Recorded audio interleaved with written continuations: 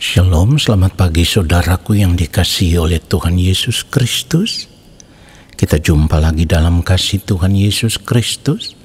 Doa dan harapan saya, biarlah berkat Tuhan, kasih, sukacita dan damai sejahtera Allah yang melampaui segala akal senantiasa melimpah di dalam kehidupan Bapak Ibu Saudara sekalian.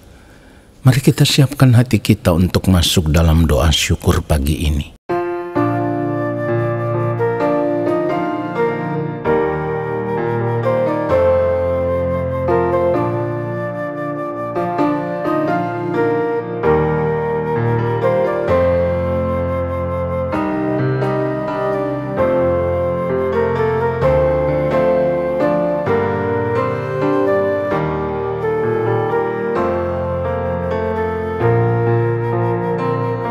Satu hal telah ku minta kepada Tuhan,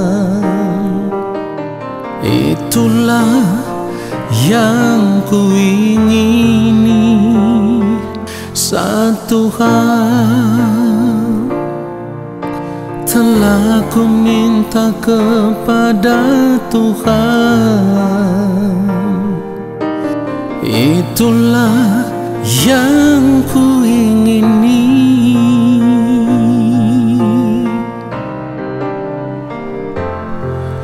Diam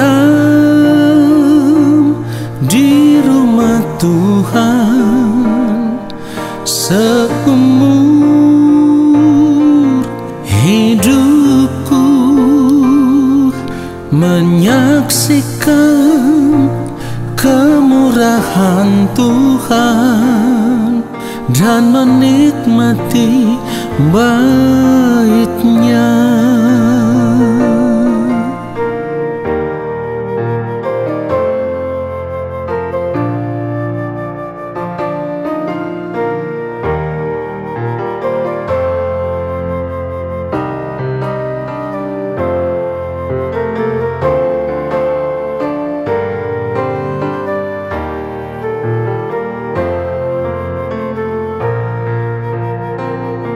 Satu hal telah ku minta kepada Tuhan, itulah yang ku ingini. Satu hal telah ku minta kepada Tuhan, itulah yang ku ingini.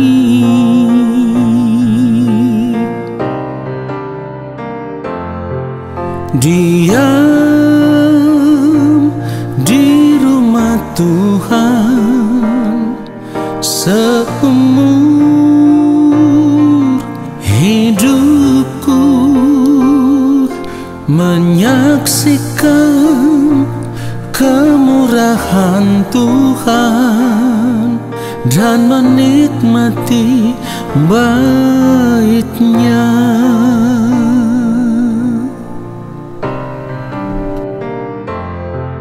Diam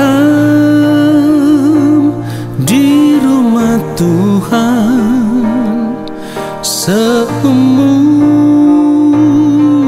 hidupku, menyaksikan kemurahan Tuhan dan menikmati bait-Nya, dan menikmati bait-Nya, dan menikmati bait-Nya.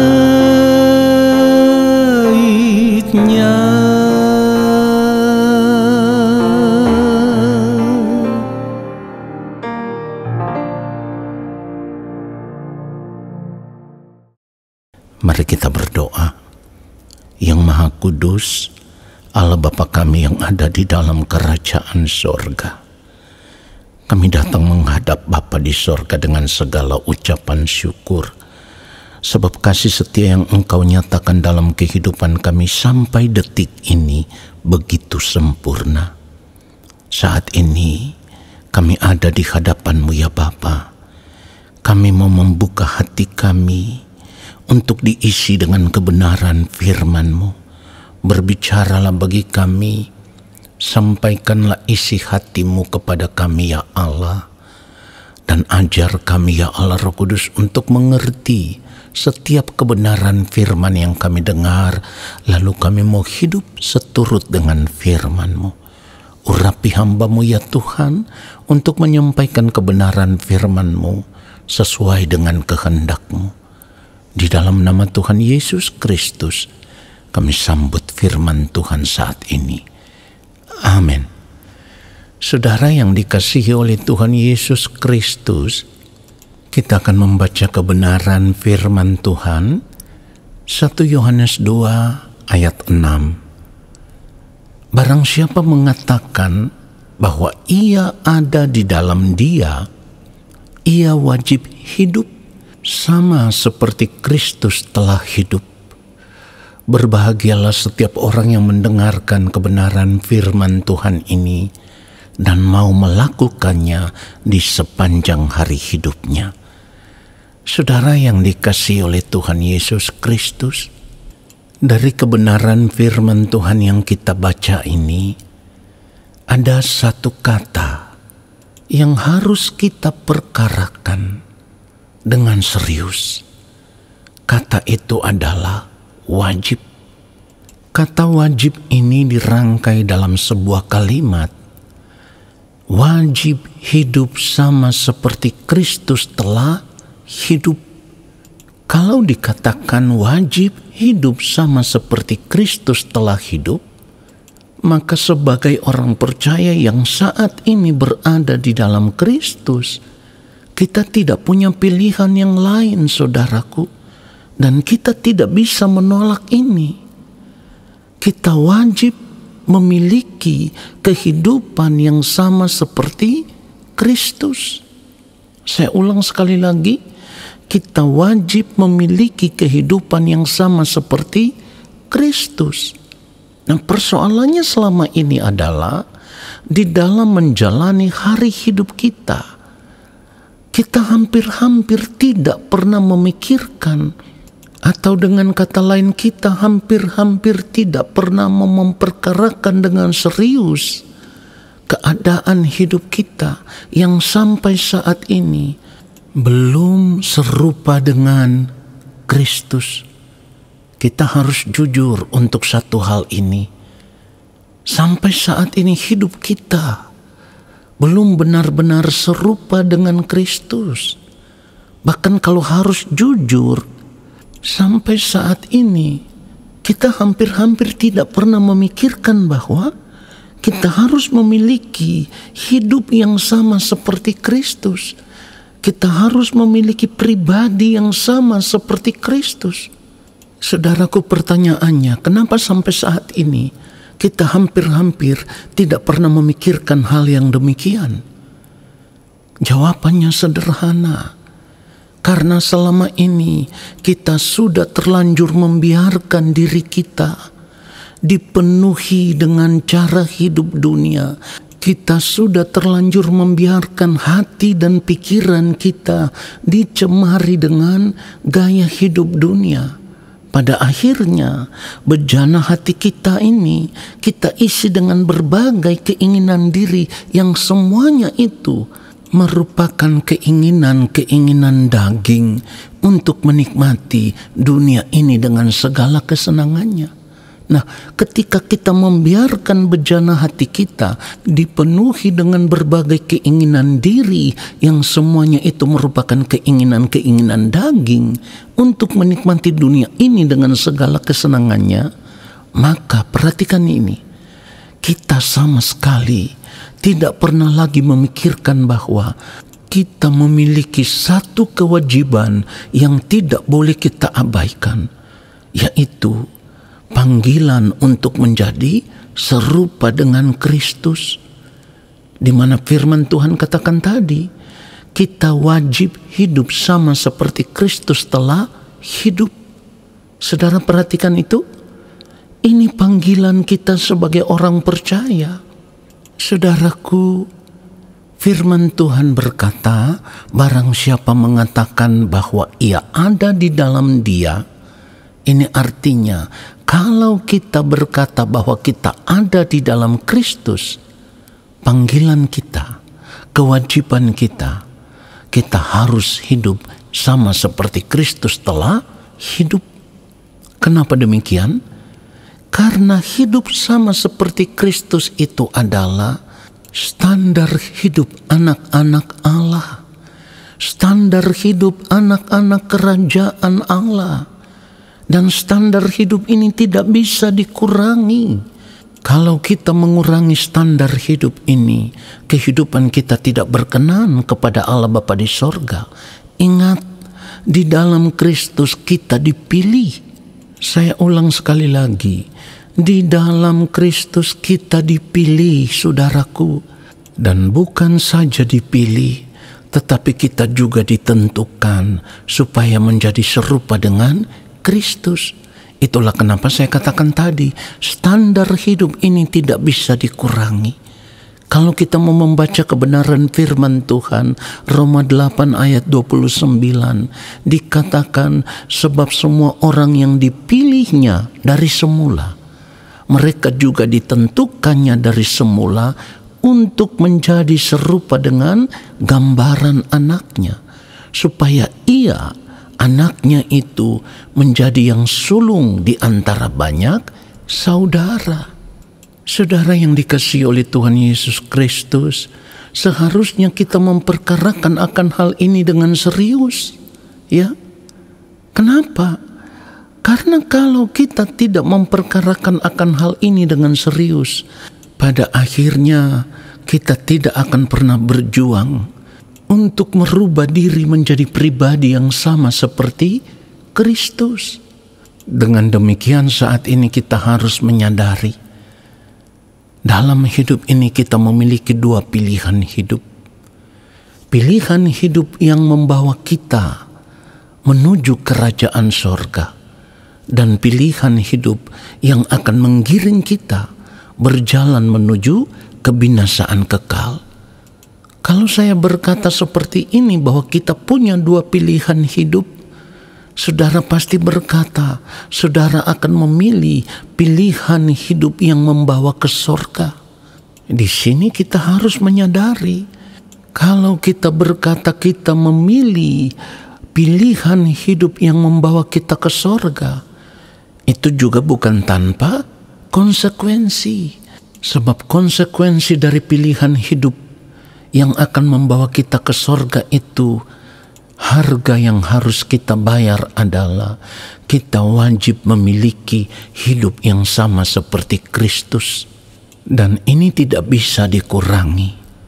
Tetapi kalau kita memeriksa hidup kita dan ternyata sampai detik ini kita masih suka, kita masih ingin, kita masih mau menikmati kesenangan hidup dunia ini, maka seperti yang saya katakan tadi, pilihan hidup untuk menikmati dunia ini dengan segala kesenangannya, itu berarti pilihan hidup yang akan menggiring kita berjalan menuju kebinasaan kekal.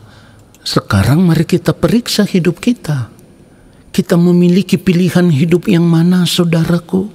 Saya harus katakan dengan jujur, kalau kita masih membiarkan hati kita dipenuhi dengan berbagai keinginan diri untuk menikmati dunia ini, maka itu artinya kita telah memilih untuk binasa di kekekalan. Saudara, kenapa demikian? Karena keinginan daging tidak pernah mendapat bagian di dalam kerajaan Allah Bapa di sorga. Ini pasti, keinginan daging tidak pernah mendapat bagian di dalam kerajaan Allah Bapa di sorga. Sebab firman Tuhan katakan, keinginan daging adalah perseteruan terhadap Allah. Saudara perhatikan itu? Jadi kalau kita masih membiarkan hidup kita dipenuhi dengan keinginan-keinginan diri yang semuanya itu adalah keinginan daging, maka kita menjadikan diri kita sebagai musuh Allah, yang artinya kita memilih untuk berseteru dengan Allah. Kita memilih untuk melawan Allah. Kita memilih untuk memberontak kepada Allah. Sekalipun saat ini kita berkata kita percaya kepada Allah di dalam Tuhan Yesus Kristus, tetapi kalau kita tidak mau mematikan keinginan diri yang dipenuhi dengan keinginan daging, itu berarti kita melawan Allah. Kita memberontak kepada Allah. Dan orang yang menjadi musuh Allah tidak akan pernah mendapat bagian di dalam kerajaan Allah. Kalau kita mau membaca Galatia 5 mulai ayat 19 sampai ayat 21, itu sangat jelas sekali. Firman Tuhan katakan perbuatan daging telah nyata, yaitu percabulan, kecemaran, hawa nafsu, penyembahan berhala, sihir, perseteruan, perselisihan, iri hati, amarah, kepentingan diri sendiri, percidraan, roh pemecah, ayat 21, kedengkian, kemabukan, pesta pora dan sebagainya. Perhatikan ini saudaraku, terhadap semuanya itu kuperingatkan kamu, seperti yang telah kubuat dahulu, bahwa barang siapa melakukan hal-hal yang demikian, ia tidak akan mendapat bagian dalam kerajaan Allah. Saudaraku, seharusnya ini menjadi peringatan keras bagi kita. Lalu kita mengambil keputusan untuk berubah, untuk bertobat, untuk meninggalkan kehidupan dunia ini. Dan kita memilih pilihan hidup yang akan membawa kita ke surga, yaitu memiliki hidup yang sama seperti Kristus, serupa dengan Kristus, sempurna seperti Bapa di surga yang adalah sempurna. Biarlah kebenaran firman Tuhan ini menyadarkan kita semua. Amin. Mari kita berdoa. Terima kasih Bapa untuk kebenaran firman-Mu yang sungguh menyadarkan kami. Firman-Mu yang menegur kami, membuka mata hati rohani kami, supaya kami mau memeriksa seluruh keberadaan hidup kami. Dan ketika kami menemukan di dalam hidup kami masih ada keinginan-keinginan diri yang dipenuhi dengan keinginan-keinginan daging, kami mau menanggalkan itu semua. Kami mau membuang itu semua. Lalu kami mau memilih untuk hidup sama seperti Kristus telah hidup. Kami mau memilih untuk hidup melakukan apa yang menjadi kehendak-Mu ya Allah di sepanjang sisa umur hidup kami. Supaya pada akhirnya kehidupan kami boleh ditemukan berkenan di hadapan-Mu ya Allah. Terima kasih ya Bapa untuk firman-Mu yang sudah memberkati kami. Saat ini kami semua mengangkat tangan di hadapan Bapa di sorga. Kami percaya Engkau akan menurunkan tangan dan memberkati kami. Turunlah atas kehidupan kami segala berkat kasih karunia daripada Allah Bapa di sorga. Rahmat cinta kasih yang berlimpah-limpah dari Gembala Agung yang mulia Tuhan Yesus Kristus, di dalam persekutuan yang manis dengan Roh Allah yang kudus, menyertai langkah hidup kami dan memberkati kami sekarang dan sampai selama-lamanya. Amin. Terima kasih saudaraku sudah bergabung dalam doa syukur pagi ini. Sampai jumpa dalam doa syukur besok hari. Tuhan Yesus memberkati kita semua. Shalom.